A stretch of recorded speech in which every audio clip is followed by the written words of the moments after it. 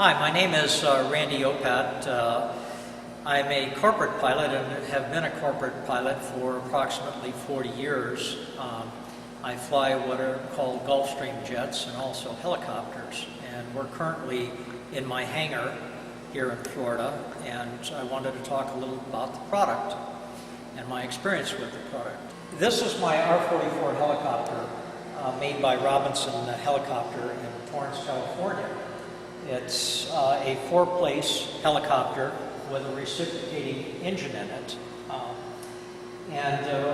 What you're looking at back here is the exhaust of the reciprocating engine. And what I always had a problem with is this area right here would build up with a lot of the exhaust. And that exhaust is extremely corrosive, as a lot of other pilots have found out. And the product Doug gave me, I thought, I'll try it on here.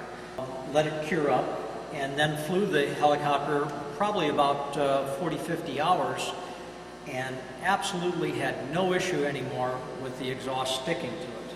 As a matter of fact, if you look carefully, you'll see up in this area there's still some exhaust here, and you'll see my hand, and it just simply wipes off.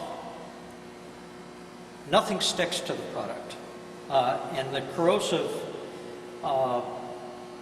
exhaust was a real issue, deteriorating the paint and also just trying to get it off. This is my 68 Aero. I've had it since the early 70s.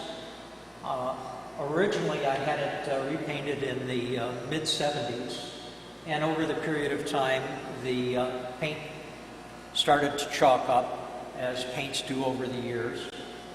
And I thought I would experiment with the product.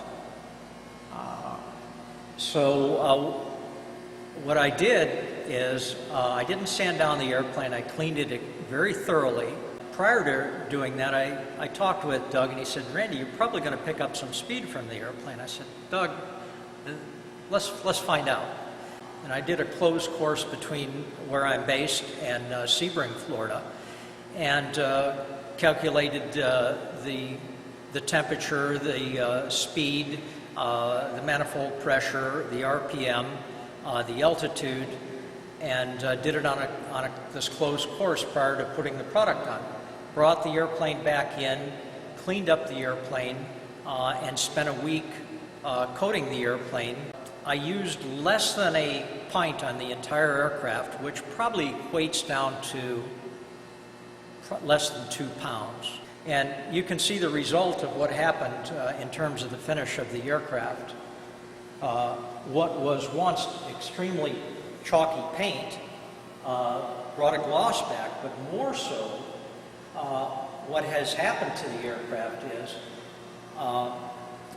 it's glass smooth.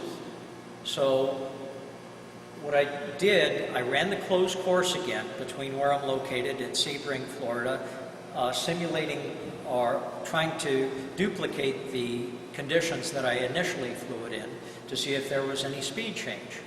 And I ran the course, and I picked up in the neighborhood of just under 3 knots on the closed course. So that proved to me that the product, even though I only picked up less than 2 pounds, there was something about the product that picked up the speed of the airplane. The additional benefit, but besides picking up the speed, there's no bugs that stick to the aircraft anymore. The other area that was very important, as you look here to where the exhaust comes out, I had the same problem here as with the helicopter. The exhaust residue would build up underneath here, and you may see some of it with the camera. And if you'll note, just a very simple wiping, all the exhaust, all the corrosive elements come immediately off. I've used it on some of the corporate aircraft I fly. Besides helicopters, I fly an aircraft called the Gulfstream. And this particular Gulfstream floor I was flying, I used it on the wheel rims that we get a lot of brake dust on, and the same thing held true. The brake dust simply would not stick to the rims. The rims always looked good. Then I coated a leading edge of the aircraft on it. Again, all the same results were true. Bugs simply would not stick to the leading edge of the aircraft.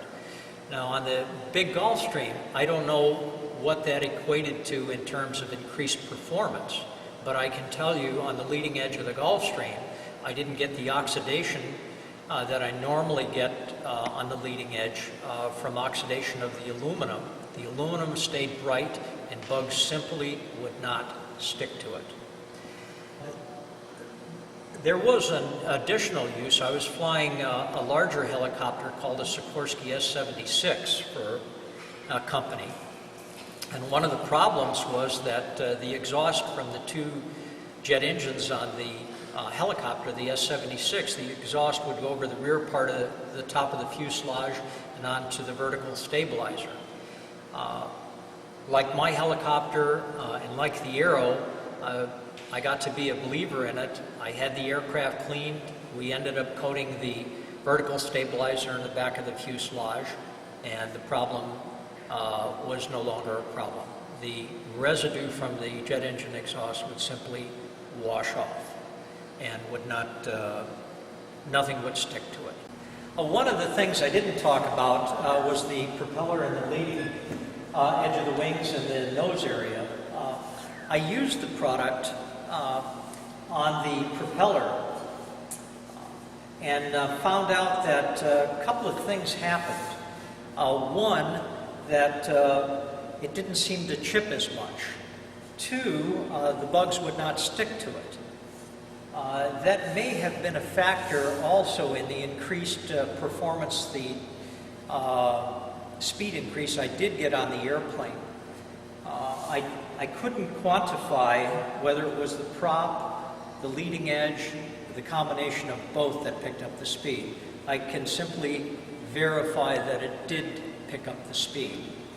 But as you can see, the prop, now after approximately 50 hours, there's almost no deterioration on the leading edge and no deterioration on the prop. Bugs simply wipe off of everything. And you can also see, I believe up on the top of the cowling, now this paint job goes back to the 70s, and you can see the reflective quality once you've put on the product, how it increased the gloss. If you put a rag on here, the rag will simply slide off. I met Randy probably, was it 4 or 5 years ago. I started telling him about some of these special coatings I've been developing, this clear ceramic coating, which I've been working on for probably 6 or 8 years now. So Randy basically got trying it on a lot of different things, and this Cherokee Aero was one of the ones he's tested it on with some pretty amazing results. He talks more about speed increase of 2 to 3 knots. I prefer to look at it more as increased fuel efficiency. Probably, if you throttle back and maintain your original cruise, maybe 0.4 gallons per hour. Approximately, yes. So if you figure that out of a total of, 9.68, 10 gallons an hour, you're looking at, maybe a 5% increase in fuel efficiency. Right. Now our Ceramlock series, we've got versions of it for marine use, for aircraft, for motorcycles. The list is just exploding. And our best testimonials all come from our customers that are trying it. They're just astounded at what it does at